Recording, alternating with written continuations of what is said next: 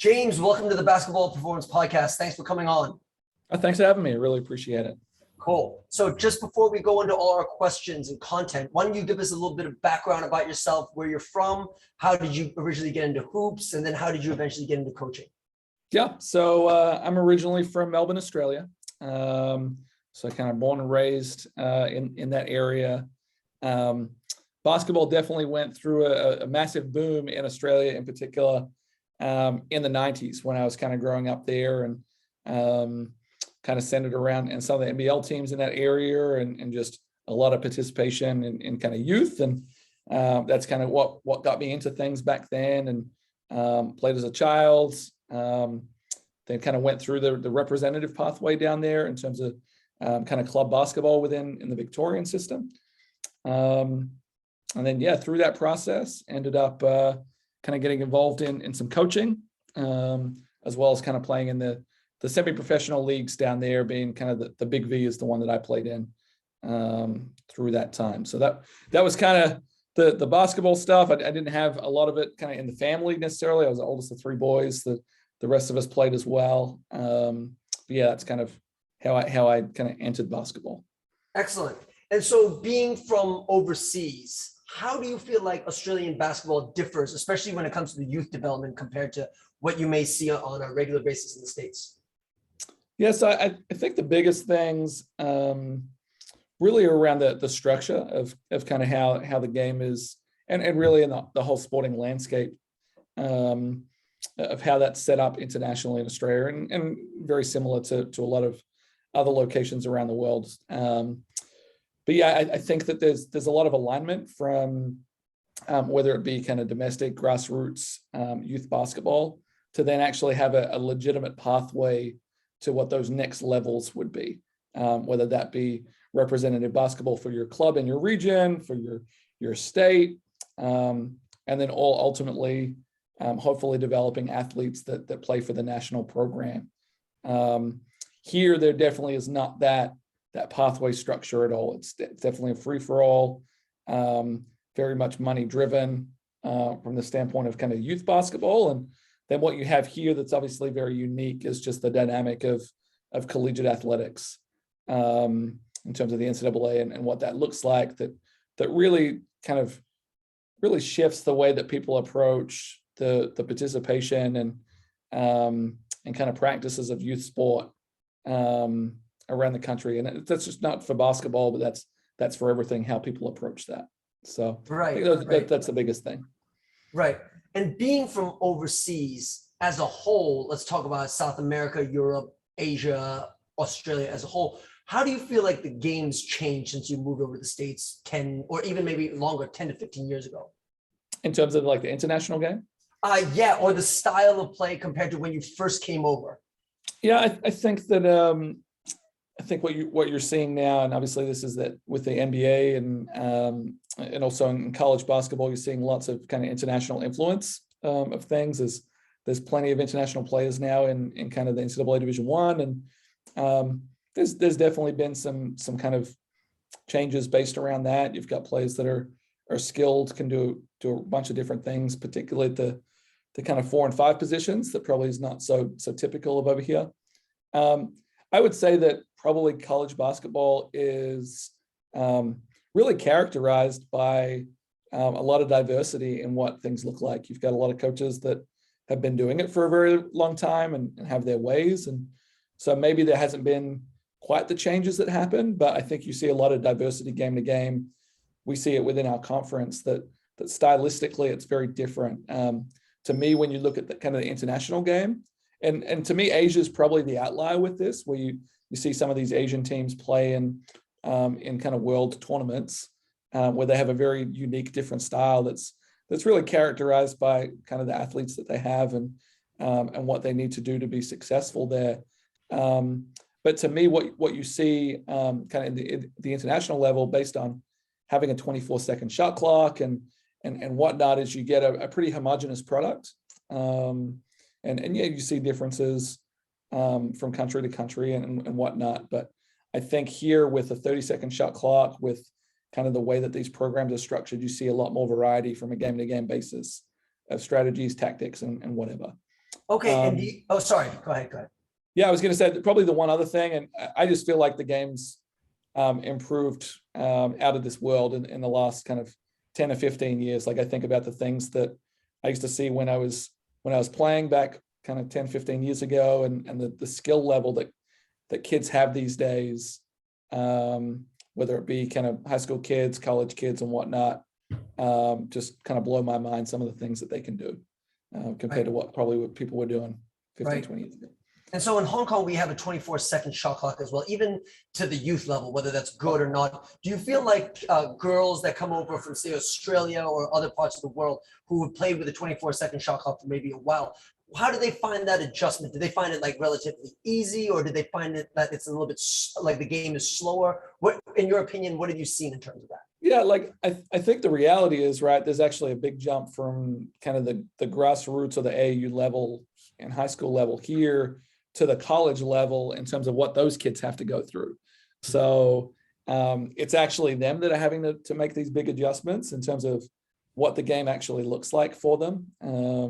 You don't have many states, and it's obviously pushes for that to happen a little bit more, having shot clocks at the high school level over here. But the international kids are just so much more prepared when they come across from playing with that 24. Well, yeah, the game might be a little slow, but they're used to just the concept of playing with pace, to have to make decisions quickly, to have to sequence things from one thing to another thing.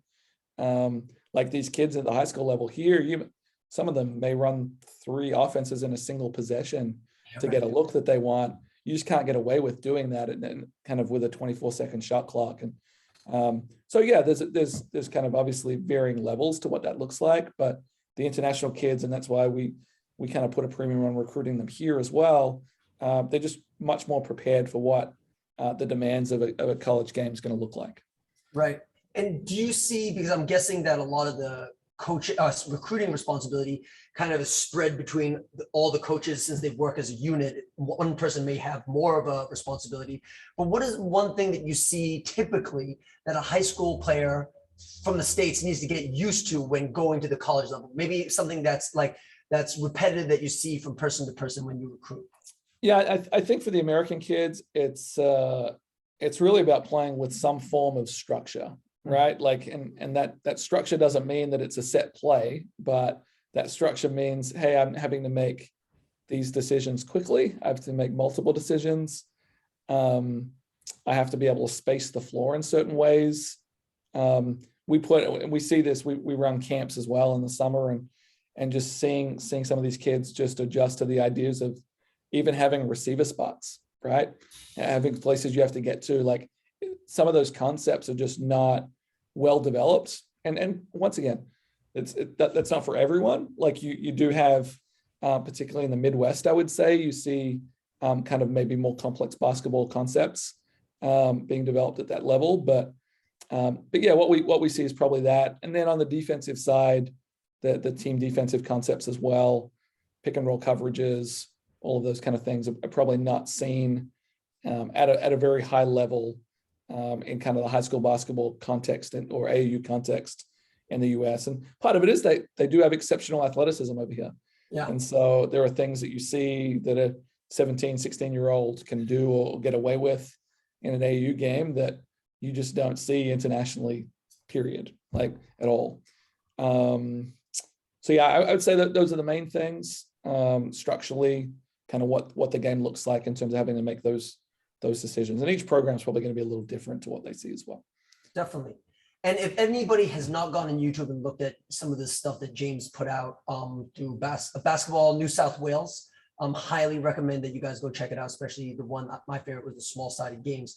Going into your philosophy a little bit, James, on how basketball should be played in your mind, where it's going today. How much of basketball should be set-based versus conceptual?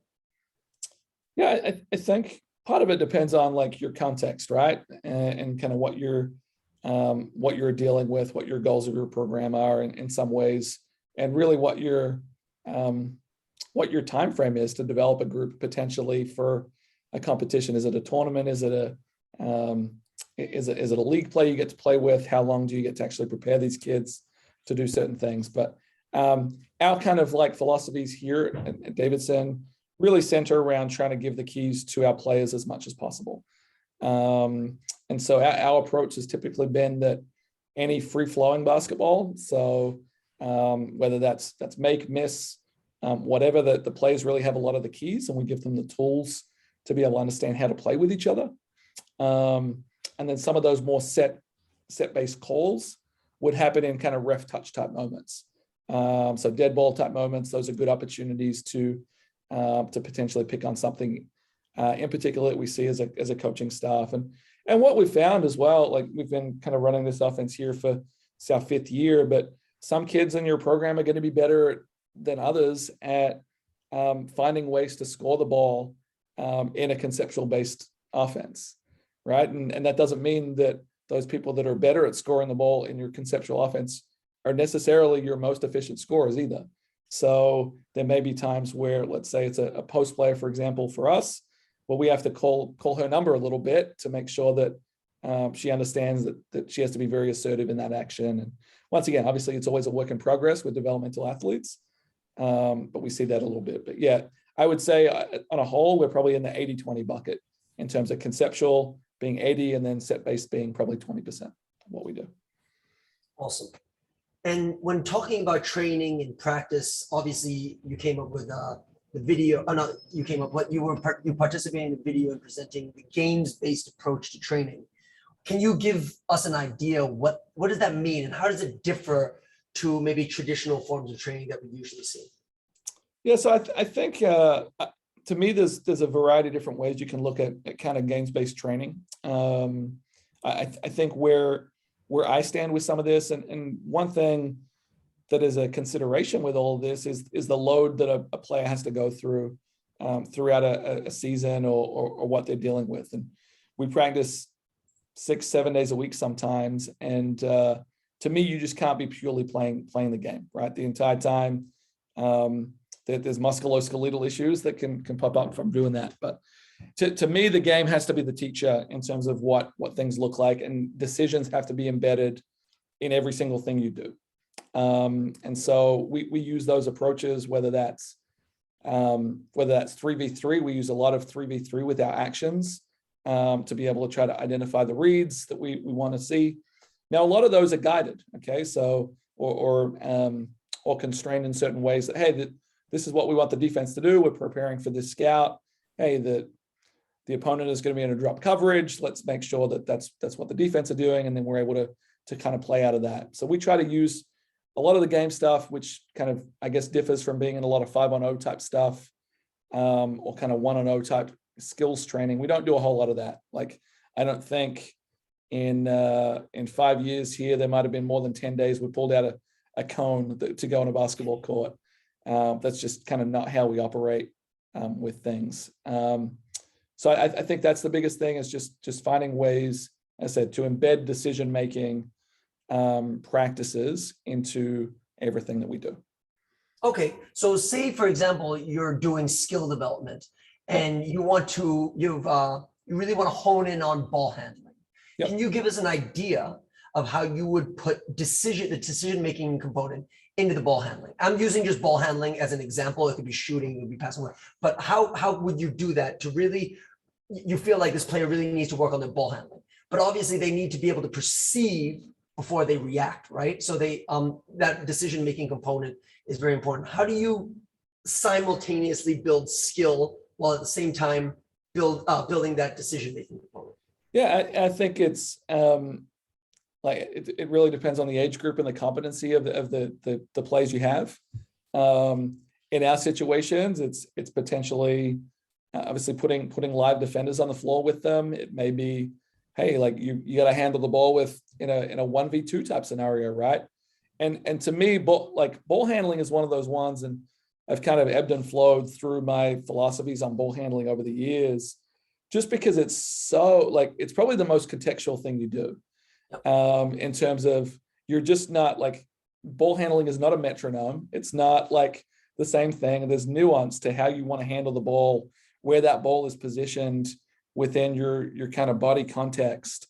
All of that really matters. And so that may be that we're, as I said, using using defenders to do a certain thing. We're using areas of the floor maybe to do a certain thing.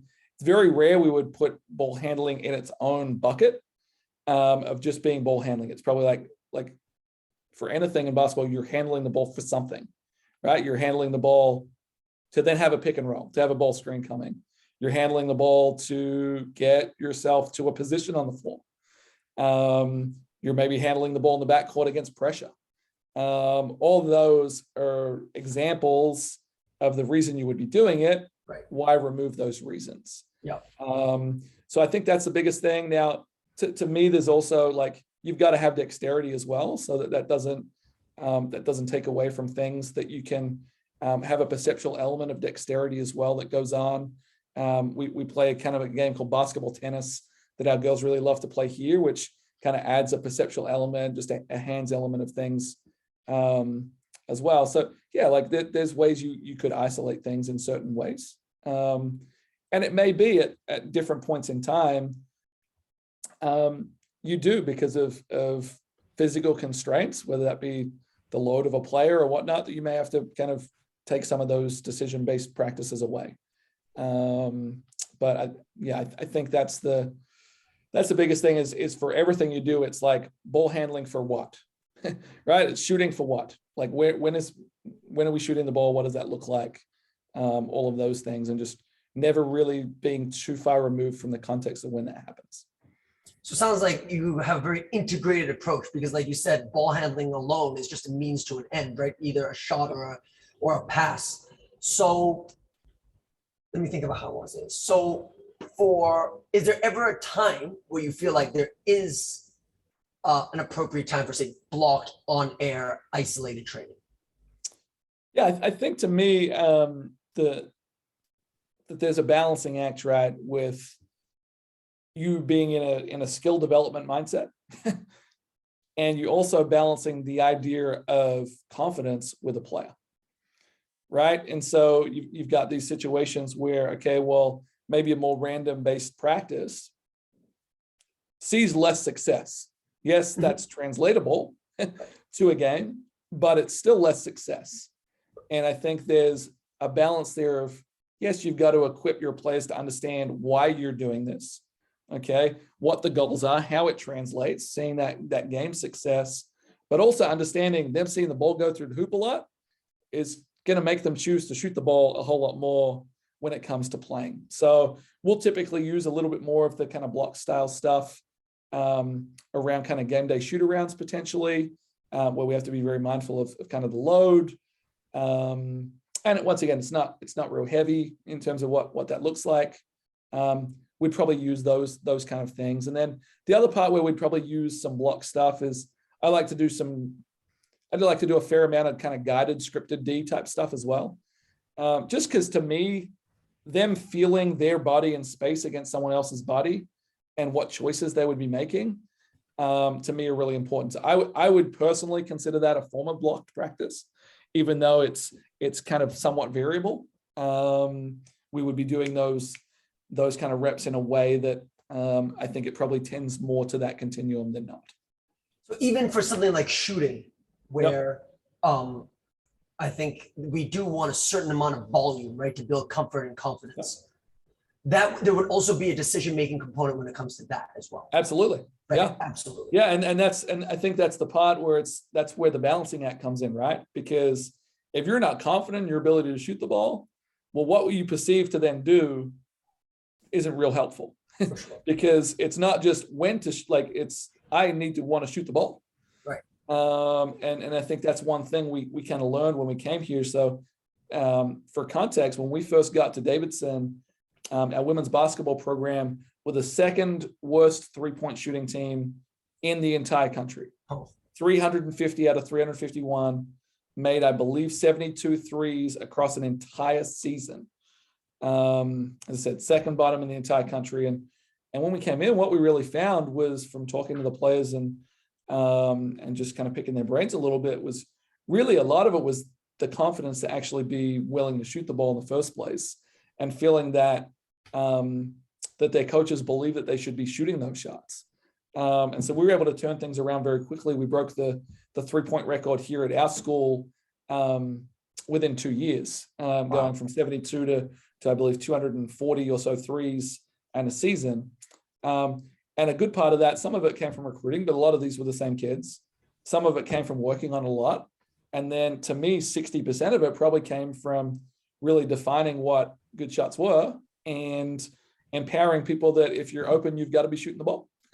And we've got to create those open shots as much as we can. So I think that's an important kind of distinction of like, yeah, like once again, yes, there's a perceptual element, but what comes into some of that perception is my confidence to be able to do that too. Right, for sure. And I always talk to people about the concept of a must versus a possibility. So when we just do catch and shoot spot shots, five spot shots, whatever, it's a must, right? But everything in the game is a possibility. I mean, that shot might not be the right decision. It could be a drive in that case, depending on how far the defender is away from you, or something. It could be an extra pass. So I completely understand what you're saying. And so just curious as to how you put that decision-making component into shooting. But that's So most of our stuff from a shooting perspective. So like we'll do some block things. We'll do some things that are based on actions that then have a read after that action. We do a lot of what we call playing off the catch work. So playing off the catch work would be shot drive choices. So we want to create as many of those kind of long closeout choices as we possibly can. And so a lot of our quote unquote shooting work will come in those situations. It's like, hey, I'm having to perceive, okay, this closeout is here. They're coming at me from this distance, from this angle. Okay, I'm going to get my eyes to the rim and play.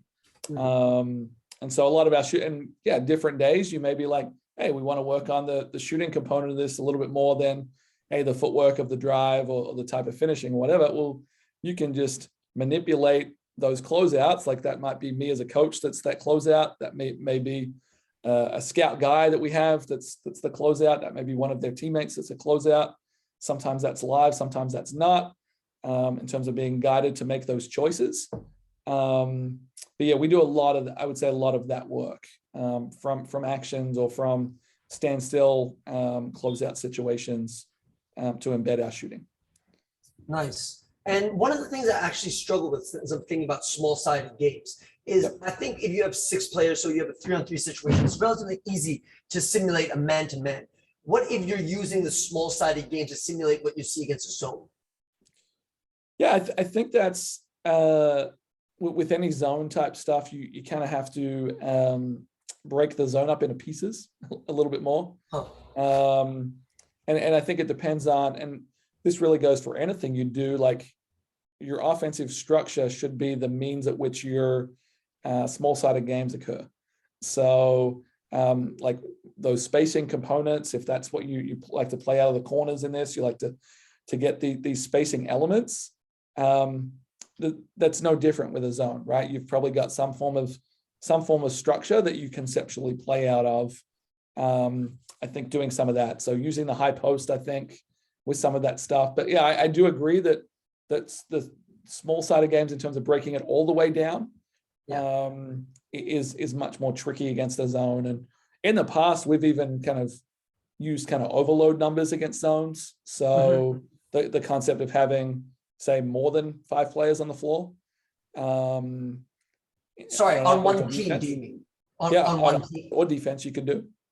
Can you give me an example of that? I'm trying to picture it in my head. Yes, well, so if your objective is trying to make good choices from high post catches, for example, okay, there's no, like, you could in theory have corners, wings, a point guard area, and also have a high post and a low post that then you're manipulating defense in different ways.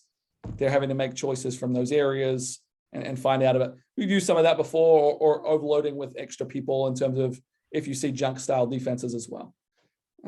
Haven't used a lot of that, but that's something that we have tinkered with.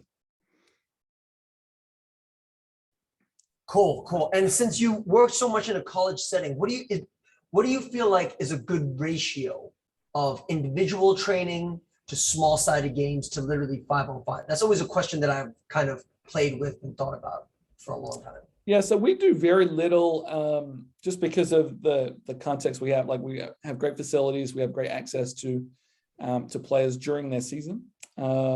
We do very little individual, what I would call individual style work during a practice setting. Almost everything we do would be in the kind of small-sided games. Now, I think there still has to be some kind of, I wouldn't say 5-on-0, but very, very scripted style, looking at certain looks out of things. So let's say that bucket is 10%. I would say the small-sided games is probably in the 30 to 40% of what we do. And then all 5 people on the floor is probably the rest of the 50%. And it really varies on kind of what your process is or how close to a game you are, right? So in a preseason element where you might have 30 to 40 practices before you play a game, those practices may look very different.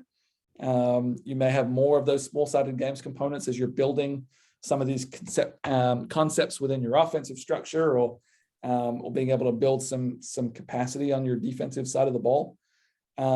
As we get going with our season, it tends to be a lot more of the 5v5, playing around opponent structures and what that looks like. Now that doesn't mean, hey, we got this wing ball screen that we need to rep over and over. We need to do a good job at guarding it. Well, yeah, that may be 3-on-3 through that segment, playing some small-sided game style element of that too. Right. Yeah. Cool. Okay, I want to switch gears and talk about defense now. So Yeah. for those people who don't know, can you talk a little bit about the tagging up system? Do you use it? If you do, where did you first hear about it? And do you currently implement it with your teams? Yeah, so tagging up is the way I like to describe it is it's a system of ending offense and starting defense. So I think that's the simplest way to think about it. It's not truly a defensive thing. It has multiple objectives. The first one being that you're trying to put yourself in position to get offensive rebounds on the first side. The second part is that it is a form of defensive transition, in that you're essentially matching up at the point of a shot to then basically be guarding the person that was guarding you. So is really the best way to think of it. So we've been tagging up here for 3 years now. So I learned about the system through Aaron Fern, fellow Australian who implemented the system with his Cairns Taipans NBL team back several years ago, and kind of learned the system from him, and said we implemented it at that point. And really the rationale for doing so was that we felt that we had pretty good clarity in what we wanted our offense and defense to look like, what our transition offense to look like. And what we felt was there was just, regardless of what we were trying to do at different points in time, we tried some different things over the course of a couple of years. Defensive transition just seemed to have way more gray than any other component of basketball. Mm. And we were really like, how can we remove as much gray as we possibly can and set ourselves up for success? So as I said, we implemented it 3 years ago with our team, and have been very strong proponents of it since we kind of moved that route.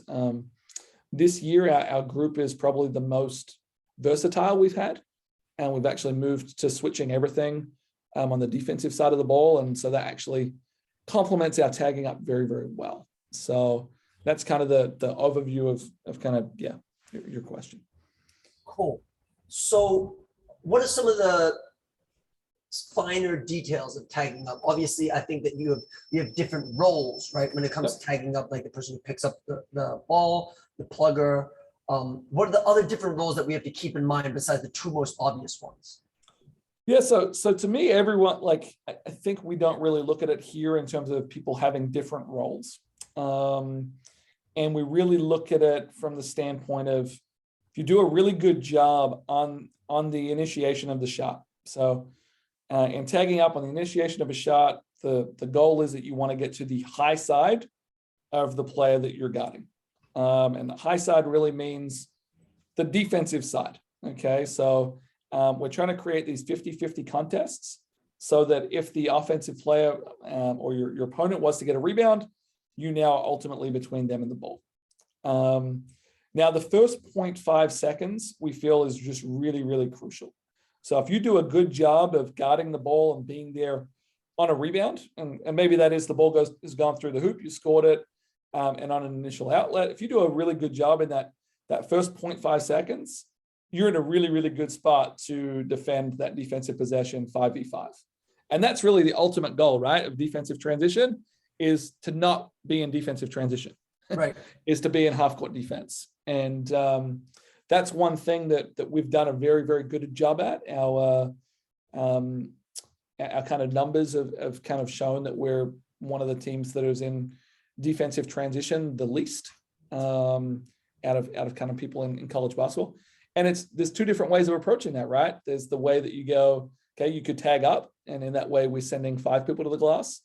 Now, you could be of the mindset that if that's your goal of being in defensive transition as little as possible, you could send 5 people back, right? And so some people, when we look at the numbers of who's kind of in the percentage defensive transition time charts, who's kind of at the top of those lists, it's us and then people that send 5 people back, which I think is really interesting because we're kind of getting the best of both worlds, right? We're getting the potential for offensive rebounds while also limiting defensive transition time spent.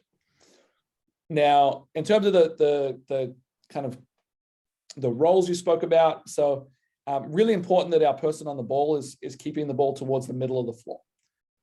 That's really the most crucial thing once you're in that defensive transition, because that's where all your help is. Once you get beat to the outside, you start to become in rotation. That's not ideal. What we want to do towards the middle of the floor is really just build these plugging spots from everyone. So the best way to think about it is probably just, it's a full court version of a pack line style defense. Once you get to that point, you're forcing towards those areas where you've got these help components, and then once again, trying to slow the ball as much as possible. Now, with you talking about, or with us talking about not having the ball go up the sideline, that also goes for the pass. So that person up the kind of ball sideline needs to be taking that pass away as well, making everything funnel back towards the middle of the floor. So that's really kind of the simplest way of thinking about the different roles.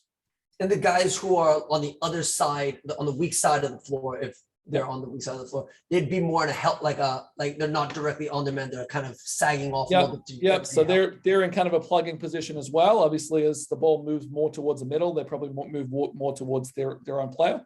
But the idea is that these offensive players with the ball see a wall of 5 people, right? They see this wall that then they look and they go, okay, well, we're going to run our half-court offense now. Let's be done with transition. Have you ever seen any variations where of tagging up, where it's a little bit more conceptual? So say they do go up the side and there's someone behind the ball, that someone goes and traps them off of that. I'm just curious, since you've been doing this for so long, different variations of different coaches. Yeah, so to me, there's not that many people that do it.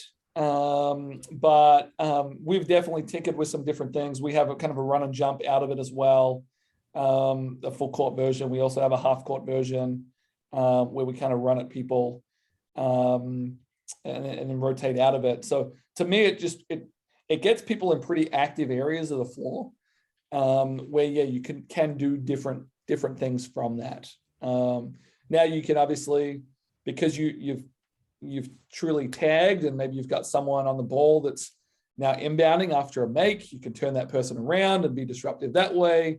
There's a lot of obviously different things that you can do out of that full court pressure component. And the one thing I've found funniest about it is just like, we don't think of it as a press. Like, it's just, that's what happens, right? It's just, we're there and we're guarding and we're not trying to pressure you. We're just there. But a lot of people think of it as a press when they play against it, and will bring more bodies into the backcourt to advance the ball. And when it's really not that stressful, like, we're not trying to, for the most part, we're not trying to steal the ball off you. We're not trying to do that. It's been interesting to see over the years how different teams have been kind of perturbed by the idea of us just being up there in their space. So as you tag up, like you just mentioned, then it's full court, I'll just call it full court pressure. Like, you are on that guy Full court. Yep. So, and I've also been thinking, because I run this myself and I don't see a lot of this, but do you personally see any kind of mismatches that occur during that tagging up situation, since you really don't have one person? Yeah. So what we found our first couple of years of doing this, we had a little bit more variation in the types of athletes and size that we had. And so when we taught it back then, we did kind of try to teach the kids how to switch back logically on the backside of things. Now moving to our kind of version this year, where we have very versatile pieces, we've removed any of that switching, or what I would call unnecessary switching. So we switch every action. If that's a ball screen, if that's a DHO, if that's a screen away, whatever, we're going to switch that.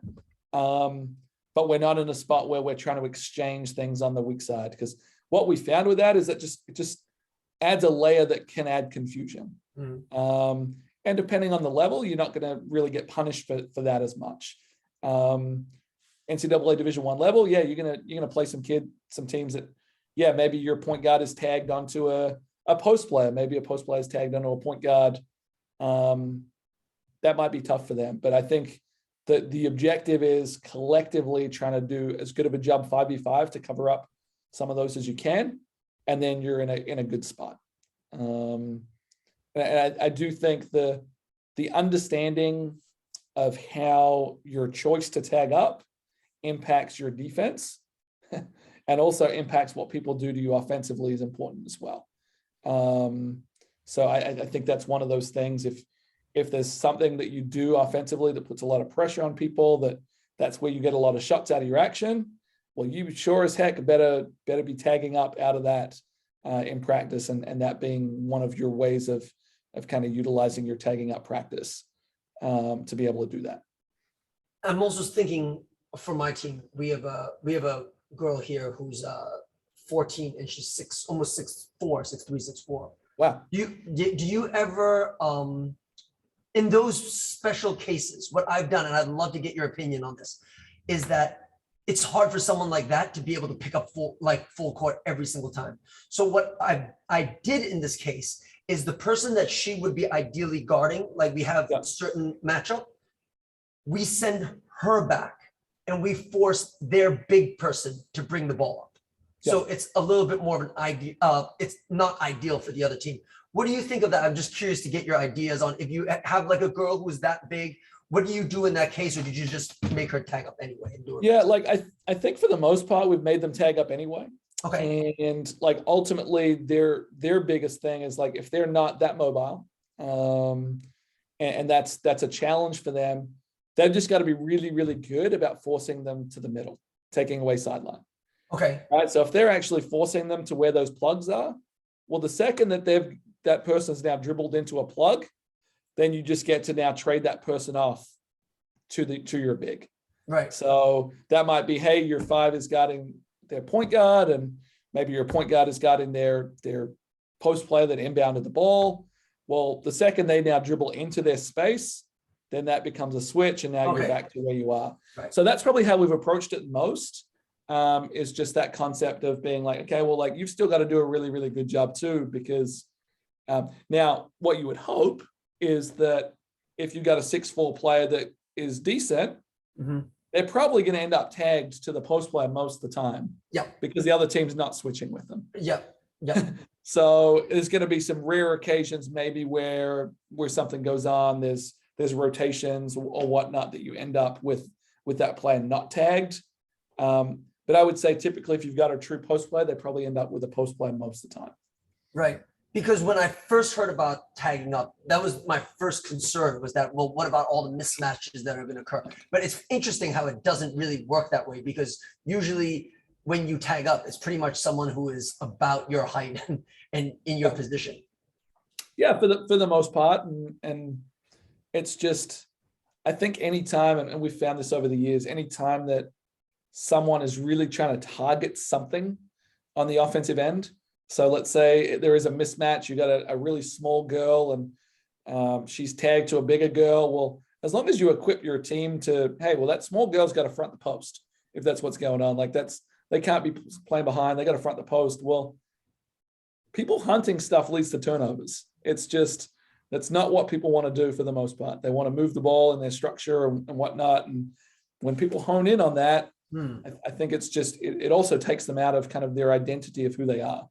Right. And so once again, you've got to scaffold your defense in a way that, yeah, you have those concepts of, okay, well, now we personally front with everyone. So regardless who it is, we're fronting, regardless who it's involved in a ball screen, we're probably switching it.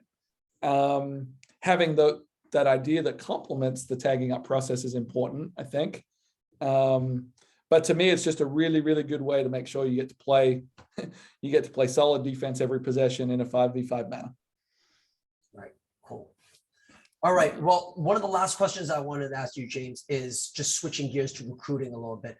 And we have a lot of listeners that are not in the United States and would love to be able to get the opportunity to play in the NCAA, no matter what division, whether 1, 2, or 3.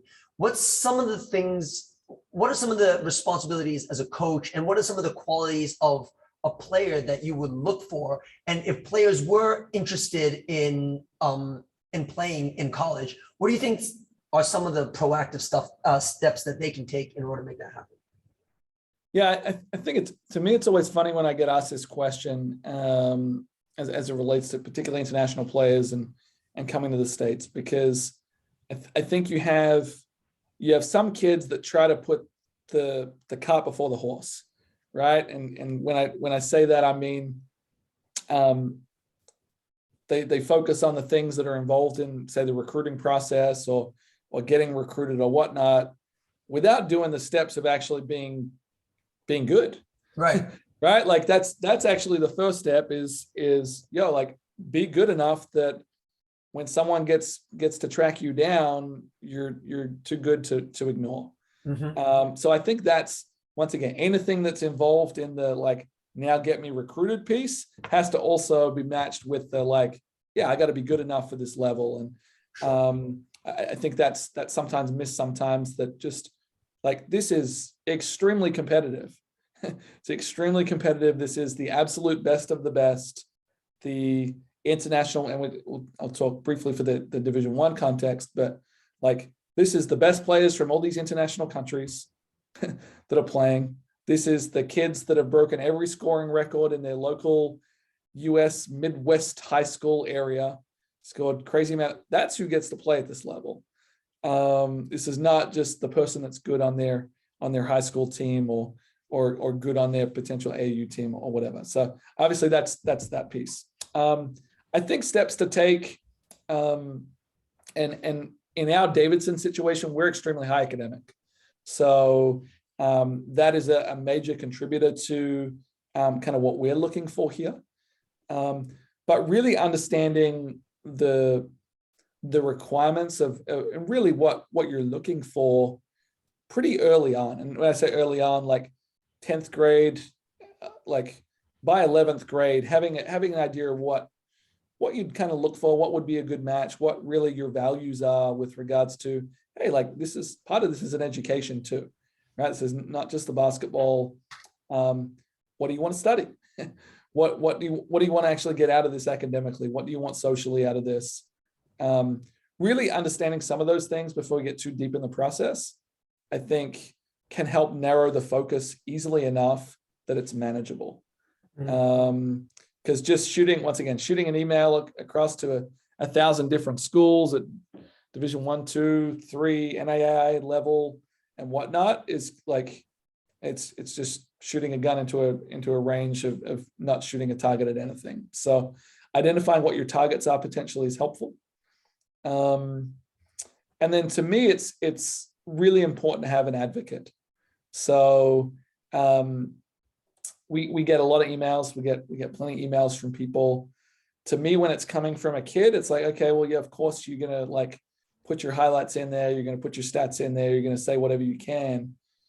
Having a step removed from that and having a coach that has coached you maybe or coached against you or has some connection to a player that's in the States right now that can equate you to that player. To me, that's really important in terms of, once again, being able to identify or get a second look, right? Being able to say, hey, as a college coach myself, I say, hey, this coach here contacted me, and I know that I spoke to them a while back about this player, and they knew what they were talking about. That player's gone on and done really well at the college level. I think that's really important, just to have that advocate. And if you don't have one of those advocates, to me, it's important to find one who's actually going to stand on a hill and say, hey, little Jane is really, really good. And I think she can be great in what you do. I understand what that level looks like. I understand what you're looking for.